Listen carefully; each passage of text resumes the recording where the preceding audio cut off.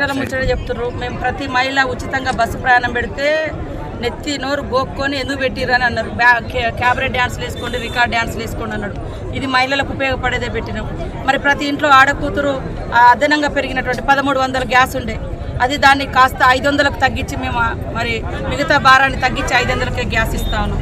గతంలో 100 ఎకరాలు ఉన్న వాళ్ళకు చేన్లలో కరెంటు ఫ్రీగా ఇచ్చారు, కానీ ఒక బుగ్గ ఒక ఫ్యాన్ ఉన్న వాళ్ళకి కరెంటు ఫ్రీగా రాలే. ఇప్పుడు మేము 200 యూనిట్ల ఫ్రీగా ఇస్తున్నాం.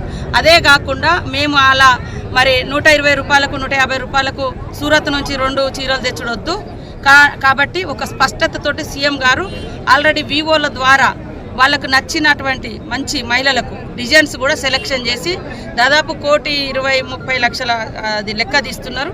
ఆ చీరలని మేము ఆర్డర్ ఇచ్చి 2 చీరలు మహిళలకు రాబోయే కాలంలో రాష్ట్రంలో ఇవ్వబోతున్నాం. అయితే ఈరోజు బతుకమ్మ టైంకు మేము అందియకపోవచ్చు, కానీ బతుకమ్మ అప్పుడు వాళ్ళకి నచ్చిన చీరలు కొంటున్నాం. కాబట్టి చాలా చీరలు చేన్లలో చిలకల కాడ ఉంటున్నాయి. కాబట్టి నేతన్నకు పని ఇచ్చి మహిళలు ఉపయోగించుకునే విధంగా మరి బాగుండాలన్నటువంటి లక్ష్యంతో మేము ఆ చీరలను మహిళా గ్రూపుల ద్వారానే సెలెక్షన్ చేసి డిజైన్స్ కూడా వారికి అందించడం జరుగుతుంది.